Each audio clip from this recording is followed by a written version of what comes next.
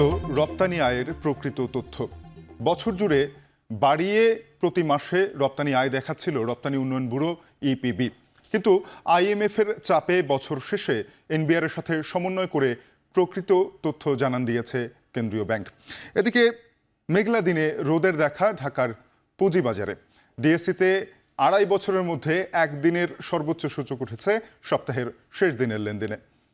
তবে উত্তর জনপদে বানভাসী মানুষ ভোগান্তির পাশাপাশি মুখোমুখি হচ্ছেন বড় ধরনের আর্থিক ক্ষতির। এসব কিছু নিয়ে বিস্তারিত জানাবো আজকের ভাগশেষ আয়োজনে। আপনাদের সঙ্গে রয়েছেই আমি তানজিম শাফিন। রপ্তানি আয় দেশের একটি অন্যতম বড় চালিকা শক্তি। অর্থের যোগান আসে, বিদেশি মুদ্রার যোগান আসে এই আয় থেকে, কিন্তু সেটি বছর জুড়ে বাড়িয়ে দেখাচ্ছিল ইপিবিও বাংলাদেশ ব্যাংকের রপ্তানি আয়ের হালনাগাদে বড় পার্থক্য লক্ষ্য করলো আইএমএফ বা আন্তর্জাতিক মুদ্রা তহবিল। তারা পরামর্শ দেয় এই তথ্য সমন্বয়ের। এরপরে ইপিবি, বাংলাদেশ ব্যাংক এবং অর্থ বাণিজ্য মন্ত্রণালয়ের প্রতিনিধিদের নিয়ে একটি কমিটি গঠন করা হয়। বুধবার এই কমিটির পর্যালোচনা প্রতিবেদন অনুযায়ী রপ্তানি আয়ের সঠিক তথ্য প্রকাশ করেছে বাংলাদেশ ব্যাংক, যাতে ইপিবির দেখানো তথ্যের তুলনায় রপ্তানি আয় কমেছে প্রায় $14 বিলিয়ন। এতে বেড়ে গেছে অর্থবছরের বাণিজ্য ঘাটতিও। আমরা একটু দেখে নিতে চাই যে বুধবারে বাংলাদেশ ব্যাংক যেই ব্যালেন্স অফ পেমেন্টের প্রতিবেদন দিয়েছে মাসিক, সেখানে উঠে আসা এপ্রিল পর্যন্ত রপ্তানি আয় দাঁড়িয়েছে $33.68 বিলিয়ন, যেটি ইপিবির তথ্য মতে, রপ্তানি উন্নয়ন ব্যুরোর তথ্য মতে এপ্রিল পর্যন্ত দেখানো হচ্ছিল $47.48 বিলিয়ন, অর্থাৎ $13.70 বিলিয়ন রপ্তানি, $13.80 বিলিয়ন বা প্রায় $14 বিলিয়নের কাছাকাছি রপ্তানি আয় বাড়িয়ে দেখাচ্ছিল রপ্তানি উন্নয়ন ব্যুরো। কিন্তু আইএমএফ বলেছে যে এই তথ্যের সমন্বয় প্রয়োজন। এনবিআর এর প্রদত্ত তথ্য, বাংলাদেশ ব্যাংকের প্রদত্ত তথ্য এবং ইপিবির প্রদত্ত তথ্যের মধ্যে একটি মিল আনার জন্য সবশেষ বাংলাদেশ ব্যাংক এনবিআর এর যেই তথ্য রয়েছে সেটিকে সঠিক ধরে নিয়ে এবং কমিটির প্রতিবেদন অনুযায়ী এই তথ্যগুলো প্রকাশ করেছে। এতে বাণিজ্য ভারসাম্য অনেকটা বেড়ে গিয়েছে। আমরা দেখছি বাণিজ্য ঘাটতি বেড়ে গিয়েছে। আমরা দেখছি যে বাণিজ্য ভারসাম্য দেখি যে বাণিজ্য ঘাটতি ছিল $4.76 বিলিয়ন। তবে যেহেতু এখানে প্রায় $14 বিলিয়ন একটি বড় তারতম্য ছিল, সেখানে আমরা দেখতে পাচ্ছি এখন বাণিজ্য ঘাটতি এসে দাঁড়িয়েছে $18.7 বিলিয়ন। এই যে বাণিজ্য ঘাটতি, এটি আসলে সার্বিক অর্থনীতির উপরেও প্রভাব ফেলে। আমরা দেখতে পাই যে এই অর্থ বছরের আর্থিক হিসাব এবং চলতি হিসেবে বড় ধরনের পরিবর্তন এসেছে। এক ধরনের উল্টে গেছে আর্থিক ও চলতি হিসাব। আমরা একটু আর্থিক ও চলতি হিসাবের বিস্তারিত দেখে নিতে চাই, যেখানে আমরা দেখতে পাবো যে এবছর বাংলাদেশের রপ্তানি লক্ষ্যমাত্রা ছিল $62 বিলিয়ন। তবে প্রথম 10 মাসে যেহেতু মাত্র $34 বিলিয়ন কাছাকাছি রপ্তানি লক্ষ্যমাত্রা অর্জিত হয়েছে, অর্থাৎ $55 বিলিয়ন আমরা বলতে পারি, 55% আমরা বলতে পারি যে রপ্তানি লক্ষ্যমাত্রা পৌঁছানো গেছে। আমরা একটু দেখে নিতে চাই যে গত অর্থ বছরের একই সময়, অর্থাৎ 2022-23 অর্থ বছরের একই সময় এবং 2023-24 অর্থ বছরের রপ্তানি আয়ের পার্থক্য। 2022-23 অর্থ বছরে যেখানে $36.14 বিলিয়ন রপ্তানি হয়েছিল, সেখানে 2023-24 অর্থ বছরে $33.68 বিলিয়ন রপ্তানি হয়েছে। এতে বাণিজ্য ভারসাম্য আমরা দেখতে পাচ্ছি যে বাণিজ্য ঘাটতি কিছুটা কমে গেছে 22-23 অর্থ বছরের তুলনায় 23-24 অর্থ বছরে। এর কারণ হিসেবে আমরা বলতে পারি যে বাণিজ্য ঘাটতি কমার কারণ যতটা না রপ্তানি কমেছে তার চেয়ে বেশি আমদানি কমেছে, অর্থাৎ 2022-23 অর্থ বছরের তুলনায় 2023-24 অর্থ বছরে আমদানি কমেছে 12% এবং রপ্তানি কমেছে সেখানে 6% মতো। আমরা দেখতে পাই যে সার্বিক যেই পর্যালোচনা, তাতে আমরা দেখতে পাই যে আর্থিক যে হিসাব রয়েছে এবং চলতি হিসাবে পার্থক্য রয়েছে। আমরা চলতি হিসাবে দেখতে পাচ্ছি যে চলতি হিসাবে আমরা দেখতে পাচ্ছি যে এখন ঘাটতি যেটি রয়েছে সেটি প্রায় $5 বিলিয়ন রয়েছে। এই ঘাটতিটি আসলে এতদিন পর্যন্ত যখন রপ্তানি আয় বাড়িয়ে দেখানো হচ্ছিল তখন ছিল না, তখন উদ্বৃত্ত ছিল চলতি হিসাবে। চলতি হিসেবে যখনই ঘাটতি থাকে তখন সেই অর্থ বিদেশ থেকে সহায়তা বা ঋণ করতে হয়, যেটি এখন হিসেবে দাঁড়িয়ে গেল। আমরা এবারে এই প্রসঙ্গ নিয়ে বলছিলাম, আমরা একটু দেখতে চাই যে আমাদের যে বন্যা পরিস্থিতি রয়েছে উত্তর জনপদের। আমরা জানি যে 5টি জেলায় ব্যাপকভাবে বন্যার ক্ষয়ক্ষতি হয়েছে। এই 5টি জেলায় টাকার অঙ্কে আমরা দেখতে পাচ্ছি সিলেটে 1,480 কোটি টাকা, সুনামগঞ্জে 102 কোটি টাকা, হবিগঞ্জে 100 কোটি এবং মৌলভীবাজারে 1,30,00,000। কুড়িগ্রামে প্রথম ধাপে 40 লাখ টাকার ক্ষতি হয়েছে, কিন্তু পরবর্তীতে আরও বেশি পরিমাণে ফসলি জমি ক্ষতিগ্রস্ত হয়েছে। অর্থাৎ মোটামুটি বলা যায় যে 1600 কোটি টাকার একটা ক্ষতি ইতিমধ্যে হয়ে গেছে। আরও ক্ষতি হয়েছে দ্বিতীয় ধাপের বন্যায়, যেটি নিরূপণ করা বাকি রয়েছে। সেটি কৃষি বিভাগ থেকে যে যে জেলায় ক্ষতি হয়েছে সেখানে জানানোর পরে আমরা হালনাগাদ জানাতে পারবো। এখানে আমরা দেখতে পাচ্ছি যে কৃষিতে ক্ষয়ক্ষতি সিলেট অঞ্চলে 15,506 হেক্টর জমির ফসল নষ্ট হয়েছে, সুনামগঞ্জে 2,400 হেক্টর জমির, হবিগঞ্জে 8,086 হেক্টর জমির, মৌলভীবাজারে 7,216 হেক্টর জমির এবং কুড়িগ্রামে 713 হেক্টর জমির ক্ষতি হয়েছে। আমরা দেখতে মাছের যে ক্ষতি রয়েছে সেটা একটু দেখে নেই। জানেন যে বিভিন্ন এলাকায় ব্যাপক পরিমাণে মাছের চাষ রয়েছে, সেই মাছের ক্ষতিটা আমরা এবার একটু দেখে নিতে চাই। আমরা দেখতে পাচ্ছি যে সিলেটের আমরা মোট ক্ষতি দেখছিলাম আসলে সবকিছু মিলিয়ে যেই ক্ষতি হয়েছে। এবারে একটু জানিয়ে রাখি যে জানেন যে সারা দেশে একটি বিশ্ববিদ্যালয়গুলোতে শিক্ষক সমিতিরা মিলে আন্দোলন করছেন যে সর্বজনীন পেনশন স্কিমের একটি প্রত্যয় স্কিম, সেই প্রত্যয় স্কিম তারা বাতিল চান। এই প্রত্যয় স্কিমে যে সকল সুবিধা তারা পাবেন না, যেগুলো তারা এতদিন ধরে পেয়ে আসছিলেন, সেগুলোর একটা বিশ্লেষণ আমরা দেখে নিই। যেখানে বিদ্যমান পেনশন ব্যবস্থায় তারা অধ্যাপক আনুতোষিক বাবদ এককালীন সম্মানী পেতেন, যেটা পাবেন না, এবং বেতন থেকে 10% টাকা কর্তন করা হবে প্রত্যয় স্কিমের জন্য, যেটা করা হতো না। চাকরিজীবী মারা গেলে নমিনি পেনশন পাবেন, পেনশনের 75 বছর পর্যন্ত। সেখানে এই হিসাবটা ছিল না, প্রজন্ম ভিত্তিতে ছিল। বছরে পেনশন বা ইনক্রিমেন্ট 5% হারে বাড়বে না, যেটি এতদিন ধরে বাড়তো, এটি প্রত্যয় স্কিমে আর বাড়বে না। অবসর প্রস্তুতিমূলক ছুটির ব্যবস্থা বলা নেই। শিক্ষক কর্মকর্তা কর্মচারীদের 60 বছর বয়সের পর পেনশন পাওয়া যাবে, এর আগে কিন্তু এই পেনশন পাবে না। রিটায়ার গেলে মাসিক চিকিৎসা ভাতা, 3টি উৎসব ভাতা বলা নেই। একটা বিরতি নিয়ে ফিরবো, ভাগশেষ আয়োজনের সঙ্গেই থাকুন।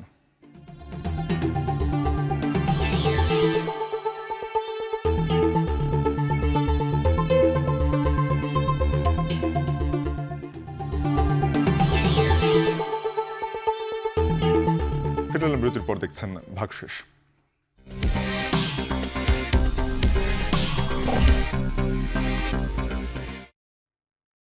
সপ্তাহের শেষ দিনের লেনদেনে পুঁজিবাজারে ইতিবাচকতা দেখা গেছে। ঢাকা স্টক এক্সচেঞ্জ এবং চট্টগ্রাম স্টক এক্সচেঞ্জে সূচকের পরিবর্তন হয়েছে ইতিবাচকভাবে। এখানে আমরা দেখতে পাই যে একদিনের লেনদেনে সর্বোচ্চ সূচক বেড়েছে ঢাকা স্টক এক্সচেঞ্জে, 123 পয়েন্ট সূচকের উত্থান হয়েছে, 123.71 পয়েন্ট বেড়েছে প্রধান সূচক ডিএসইএক্স, দাঁড়িয়েছে 5,497.56 পয়েন্টে। এদিন লেনদেন বেড়েছে টাকার অঙ্কে 231,43,00,000 টাকার, লেনদেন দাঁড়িয়েছে 770,70,00,000 টাকায়। এর মধ্যে বেশিরভাগ প্রতিষ্ঠানের শেয়ার দর বেড়েছে 365 প্রতিষ্ঠানের শেয়ার দর, কমেছে মাত্র 13টির এবং অপরিবর্তিত রয়েছে 18টি প্রতিষ্ঠানের শেয়ার দর। এবারে আমরা একটু চট্টগ্রাম স্টক এক্সচেঞ্জের যেই সূচক রয়েছে সেটা দেখে নিতে চাই।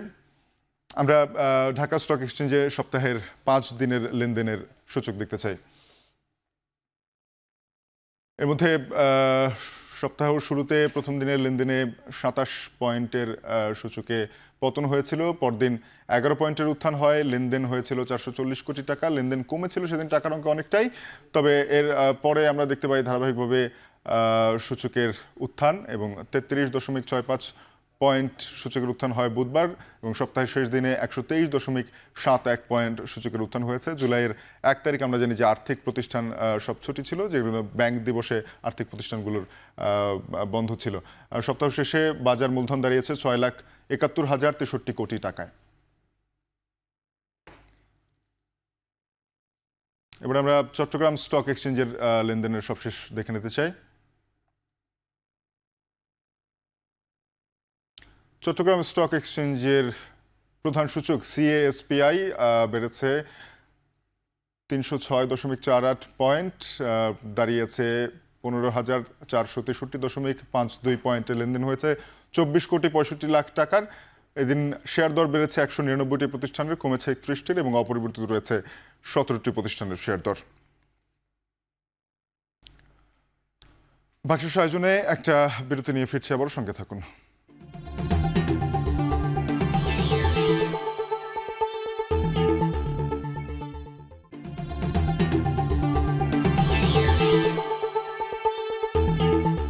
ফিরে এলাম বিরতির পর, দেখছেন ভাগশেষ।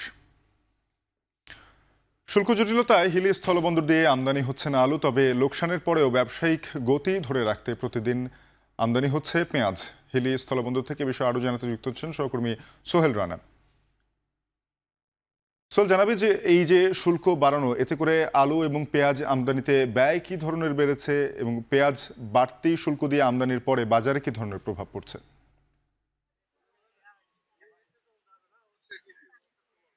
শাফিন, আমি আপনাকে একটু জানিয়ে রাখি, যেহেতু বাংলাদেশে আলু এবং পেঁয়াজ আমদানির কোনো নিষেধাজ্ঞা নেই, যার কারণে ব্যবসায়ীরা সব ধরনের প্রস্তুতি রেখেছে এবং ভারত থেকে পেঁয়াজ এবং আলু আমদানি বেশ কয়েক মাস ধরে তারা কিন্তু করছে। তবে গত এক মাস ধরে কিন্তু হিলি স্থলবন্দরে আলুর আমদানিটা হচ্ছে না। এর মূল কারণ হিসেবে যেটি ব্যবসায়ীরা বলছেন, যে আগে যেখানে আমদানির পর আলু আমদানির পর প্রতি কেজিতে 7 টাকা শুল্ক দিতে হতো সরকারকে, সেখানে বর্তমানে শুল্ক দিতে হচ্ছে 9 টাকা, যার কারণে কেজিতে প্রায় শুল্ক 2 টাকা বেড়েছে। ফলে আমদানিকারক যারা রয়েছেন তারা কিন্তু এই আলু আমদানি করছে না, যার কারণে গেল এক মাস ধরে হিলি স্থলবন্দর দিয়ে তেমন একটা আলু আমদানি হয়নি। আর পেঁয়াজের বিষয় যেটি বলছেন আপনি, যে পেঁয়াজের বিষয়, পেঁয়াজের আমদানিটা 2-1 গাড়ি করে প্রতিদিন আমদানি হচ্ছে, তারপরেও সেটি কিন্তু ব্যবসায়ীদের যে গতি, সেটি টিকিয়ে রাখার জন্য তারা আমদানি করছে। কারণ পেঁয়াজের যে 40% শুল্ক আরোপ করেছে ভারত সরকার, সেটি না তুলে নেবার কারণে পেঁয়াজ আমদানি করেও তাদের একটা বড় ধরনের লোকসানে পড়তে হচ্ছে। কারণ $550 এই পেঁয়াজগুলো কিন্তু ভারতীয়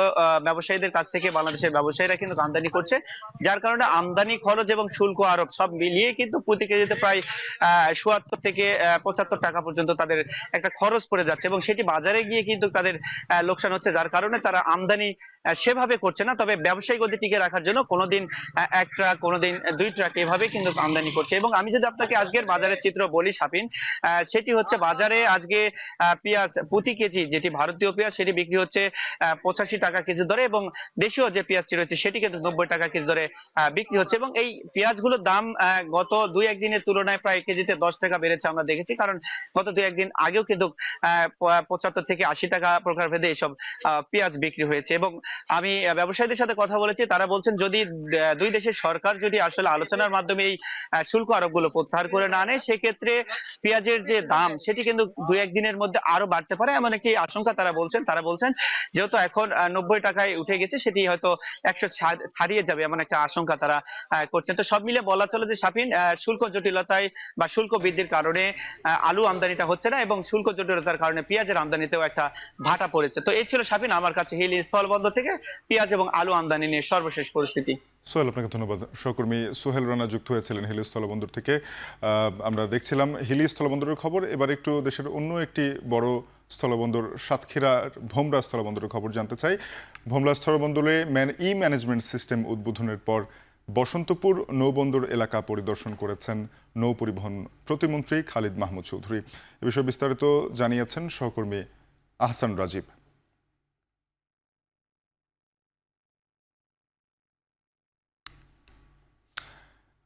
আমরা সহকর্মী আহসান রাজীব যে তথ্যগুলো আমাদেরকে জানিয়েছেন সেটি প্রক্রিয়াধীন রয়েছে, আমরা কিছুক্ষণের জন্য অপেক্ষা করছি।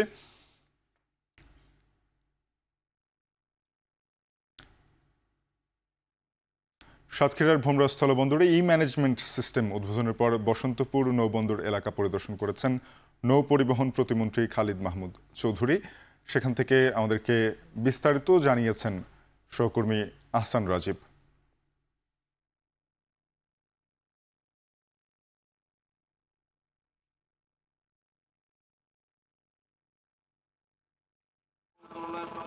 নৌ পরিবহন মন্ত্রণালয়ের প্রতিমন্ত্রী খালিদ মাহমুদ চৌধুরী আজ সকালে সাতক্ষীরার ভোমরা স্থলবন্দরে ম্যানেজমেন্ট সিস্টেম উদ্বোধনের পর সাতক্ষীরার যে বসন্তপুর নৌবন্দর রয়েছে সেই নৌবন্দরটি তিনি পরিদর্শন করবেন, এবং এই বন্দরটি পরিদর্শনের মধ্য দিয়ে এখানে যে প্রস্তাবিত যে বন্দরটি নির্মাণের অপেক্ষায় রয়েছে সেই কার্যক্রমের আনুষ্ঠানিকভাবে উদ্বোধন হবে বলে ধারণা করা হচ্ছে।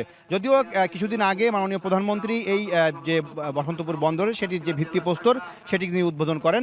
এরপরে এই কার্যক্রমটি কিন্তু অনেকটা ধীর গতিতে চলছিল।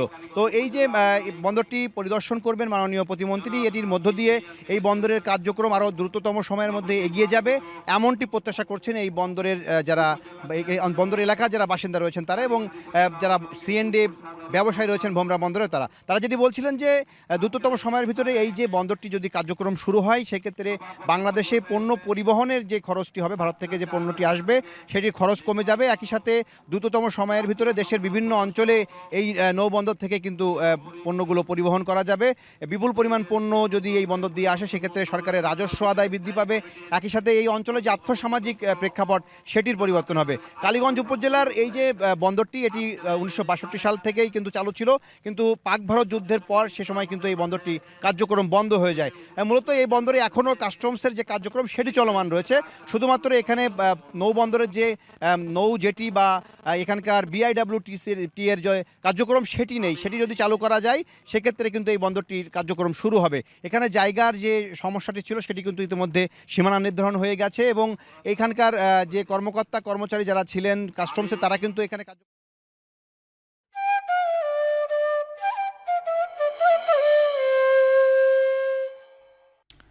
কিশোরগঞ্জ সদর উপজেলার মোরগমহল এলাকায় বসেছে জেলার সবচাইতে বড় চামড়ার হাট।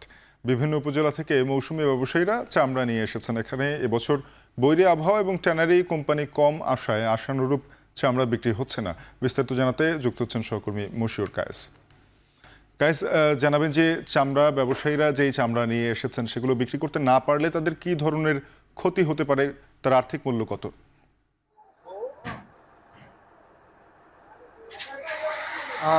সাফিন, প্রথমেই যদি বলি যে ক্ষতির পরিমাণটা যদিও এখনো পর্যন্ত অনুমান করা যাচ্ছে না, তবে ক্ষতির পরিমাণটা যে বিষয়টি আসলে ব্যবসায়ীরা বলছে যে আজকের যে পরিস্থিতি, গত রাত থেকে জেলার বিভিন্ন অঞ্চল থেকে কিন্তু আসলে এখানে চামড়া এসছে এবং তারা কিন্তু বিক্রির উদ্দেশ্যে দীর্ঘদিন এই চামড়াগুলোকে কিন্তু আসলে প্রক্রিয়াজাত করেছে।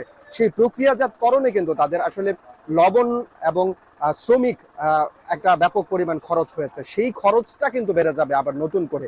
একেতে হচ্ছে যে তারা বিক্রি করতে পারছে না আজকে, শুধুমাত্র আসলে তারা সঠিক মূল্য পাচ্ছে না। এই জন্য কিন্তু অনেক চামড়া ব্যবসায়ী, বিশেষ করে মৌসুমী ব্যবসায়ী যারা আছে, যারা এই ঈদুল আজহাকে কেন্দ্র করে ঈদুল আজহাটাকে কেন্দ্র করে আসলে যারা, আমি যদি একটু পেছনে দেখাতে চাই যে এখানে চামড়ার যে বেচা কেনা সেটি কিন্তু চলছে, কিন্তু সে পরিমাণ আসলে ট্যানারি মালিকের যে আসলে যারা আছেন তারা কিন্তু আসছেন না, তাদের যে প্রতিনিধিরা আসছেন তারা কিন্তু সে পরিমাণ এবছর আসে নাই। তার উপরে কিন্তু আরেকটা বৈরী আবহাওয়ার বিষয় আছে। সব মিলে তারা চামড়াতে যারা ব্যবসায়ী, মৌসুম ব্যবসায়ী আছে, তারা কিন্তু 200 থেকে 300 টাকা করে আসলে কম পাচ্ছেন এই চামড়ায়।